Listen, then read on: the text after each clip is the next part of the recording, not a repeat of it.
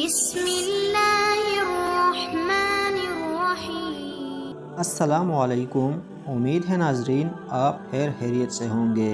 ناظرین، آج کی اس ویڈیو میں ہم آپ کو حضور نبی کریم صلی اللہ علیہ وسلم کی وہ پیشن گوئیاں بیان کرنے جا رہے ہیں جو کہ انہوں نے اپنے وصال سے قبل بتائیں اور جو کہ سچ ثابت ہوئیں۔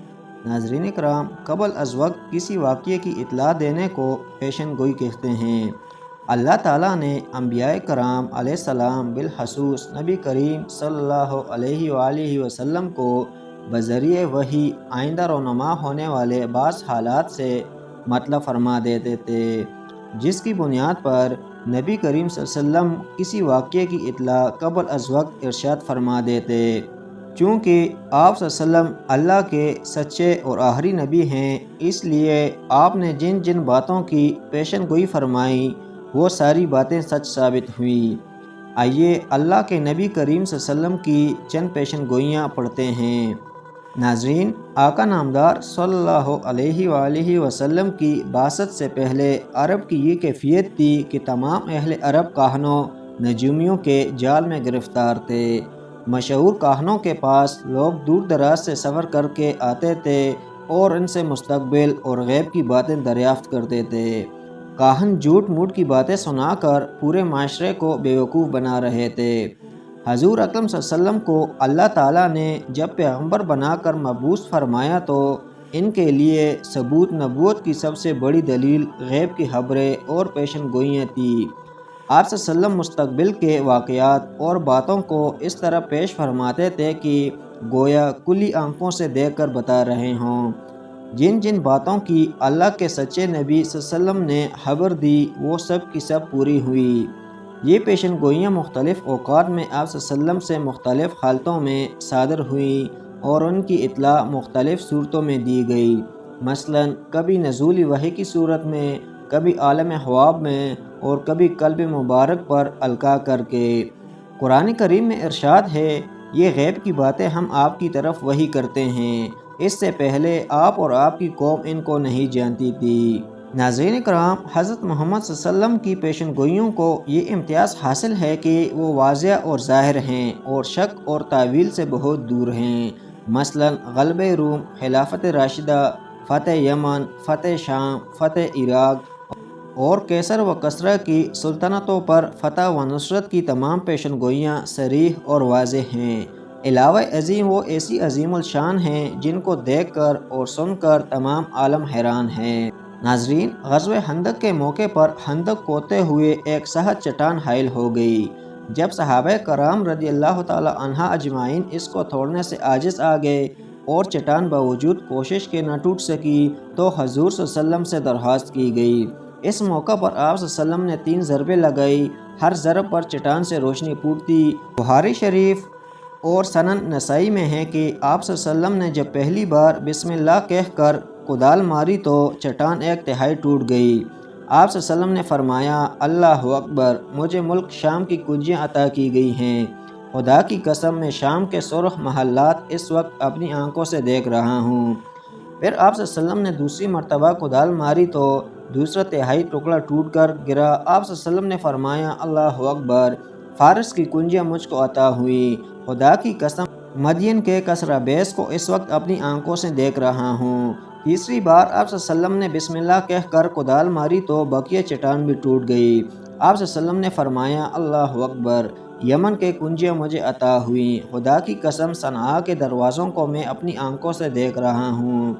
آپ صلی اللہ علیہ وسلم نے فرمایا، جبرائیل امین نے مجھے خبر دی کہ میری امت ان شہروں کو فتح کرے گی۔ تاریخ اٹھا کر دیکھ لیجئے کہ اللہ کے نبی کریم صلی اللہ علیہ وسلم کی یہ پیشن گوئیاں ہو بہو پوری ہوئی۔ صحیح بخاری اور صحیح مسلم میں حضرت حذیفہ بن یمان رضی اللہ تعالی عنہ سے مروی ہے کہ ایک بار حضرت صلی اللہ علیہ وسلم نے اپنے وعظ میں قیامت تک پیش آنے والے متعدد امور کا ذکر فرمایا۔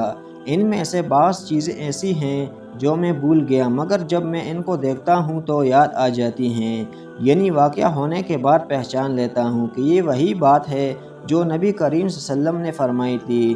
جس طرح کسی شخص کی صورت یاد ہو اور وہ غائب ہو جائے، پھر جب اسے دیکھتا ہے تو پہچان لیتا ہے کہ یہ فلاں شخص ہے۔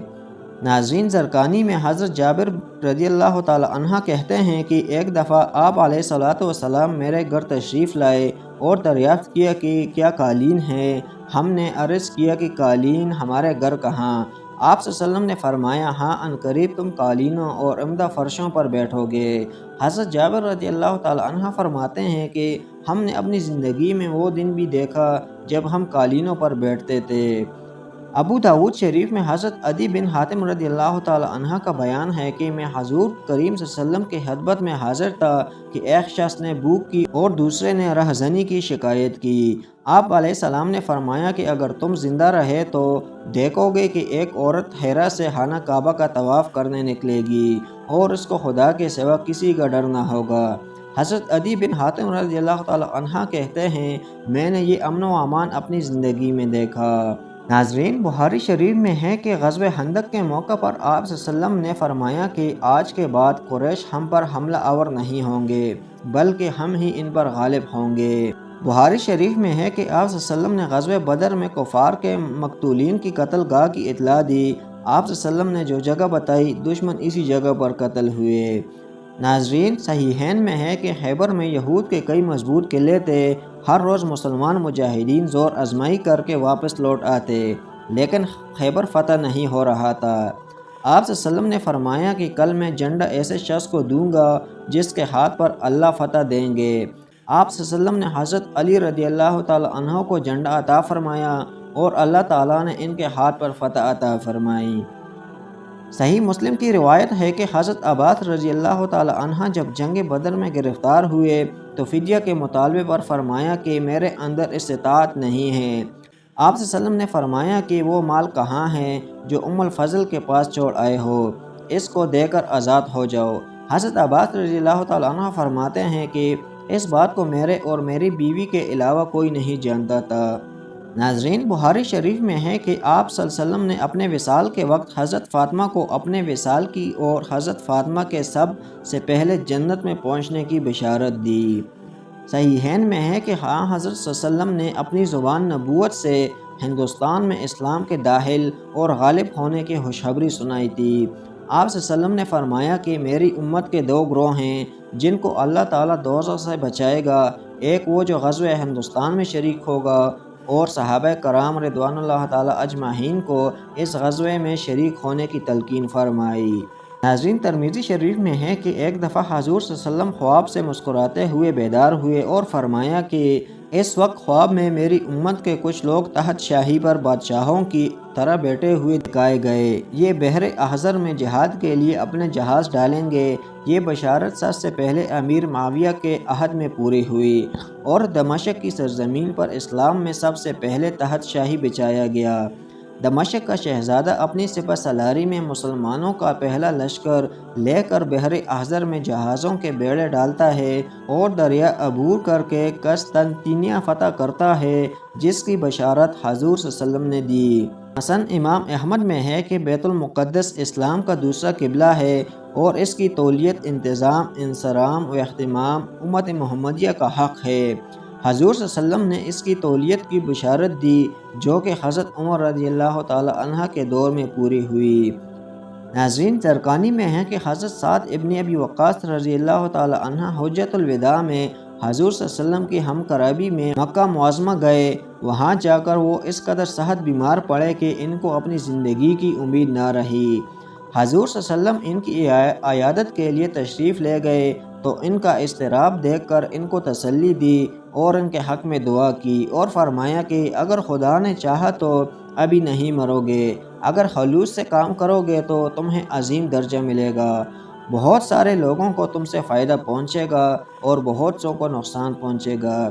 یہ حضرت سعد رضی اللہ تعالی عنہ کے لیے عجم کے فتوحات کی پیشن گوئی تھی۔ چنانچہ حضرت سعد رضی اللہ تعالی عنہ نے سپہ سالار بن کر کسرا کا تاج و تخت حاصل کیا، جس کی وجہ سے مسلمانوں کو بہت فائدہ جبکہ مجوسیوں کو نقصان پہنچا۔ ناظرین، صحیحین میں ہے کہ آپ صلی اللہ علیہ وسلم نے ازواج مطہرات کو اطلاع دی کہ تم میں سے سب سے پہلے مجھ سے آ کر وہ ملے گی جس کا ہاتھ سب سے لمبا ہوگا، اور ایسا ہی ہوا۔ سب سے پہلے ام المؤمنین سیدہ زینب بنت جحش رضی اللہ تعالی عنہ کا انتقال ہوا، جو سب سے زیادہ صحیح تھی۔ عربی محاورے میں صحیح کو لمبے ہاتھ والا کہتے ہیں۔ ناظرین کرام، صحیحین میں حضور علیہ السلام نے خلفائے راشدین کی بشارت دی اور خلافت راشدہ کی مدت بھی بتا دی۔ چنانچہ ارشاد فرمایا، خلافت میرے بعد 30 سال ہوگی، پھر بادشاہی ہو جائے گی، اور یہ 30 سال کی مدت حضرت علی رضی اللہ تعالی عنہ کی خلافت پر تمام ہوتی ہے۔ کتب حدیث میں ہے کہ حضور صلی اللہ علیہ وسلم کی وفات کے بعد جن فتنوں کا آغاز ہوا اور مسلمانوں میں جو ہانہ جنگیاں پیش آئی، آپ صلی اللہ علیہ وسلم نے ان کے بارے میں مسلمانوں کو پہلے سے منتبہ فرما دیا تھا۔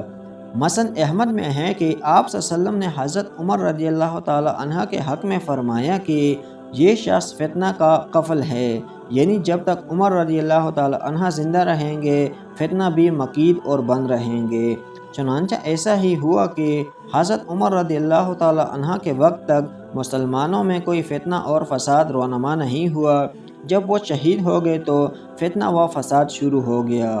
ناظرین، صحیح بخاری میں ہے کہ آپ صلی اللہ علیہ وسلم نے حضرت عثمان اور حضرت علی رضی اللہ تعالی عنہ کی شہادت کی خبر دی۔ چنانچہ حضرت عثمان رضی اللہ اور حضرت علی رضی اللہ عنہ کی شہادت واقع ہوئی۔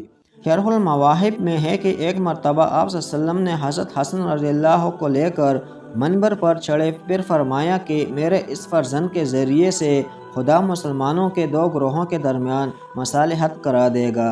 یہ پیشن گوئی حضرت علی رضی اللہ کی شہادت کے 6 ماہ بعد پوری ہوئی، اور طرفداران علی اور حامیان معاویہ کے درمیان چند شرائط پر صلح ہو گئی۔ ناظرین کرام، شرح بخاری شریف میں ہے کہ آپ صلی اللہ علیہ وسلم نے حضرت حسین رضی اللہ عنہ کی شہادت کی خبر دی۔ ایک دن آپ علیہ السلام نے حضرت حسین رضی اللہ عنہ کو چوم رہے تھے اور آنکھوں سے اشک روا تھے۔ فرمایا کہ میرے اس بیٹے کو میری امت کے لوگ شہید کریں گے۔ سنن ابی داؤد اور مسند احمد میں ہے کہ حضور علیہ السلام نے فرمایا، قیامت اس وقت تک نہیں آ سکتی جب تک حجاز میں ایک ایسی آگ نہ نکلے جس کی روشنی بصرہ کی اونٹوں کی گردنوں کو روشن نہ کر دے۔ امام نووی فرماتے ہیں کہ آگ ہمارے زمانے میں 654 ہجری میں مدینہ میں ظاہر ہوئی۔ آپ صلی اللہ علیہ وسلم نے فرمایا کہ آخری زمانہ میں عورتیں تجارت میں اپنے مردوں کا ہاتھ بٹایا کریں گی، جو کہ آج کل واضح ہو گیا ہے۔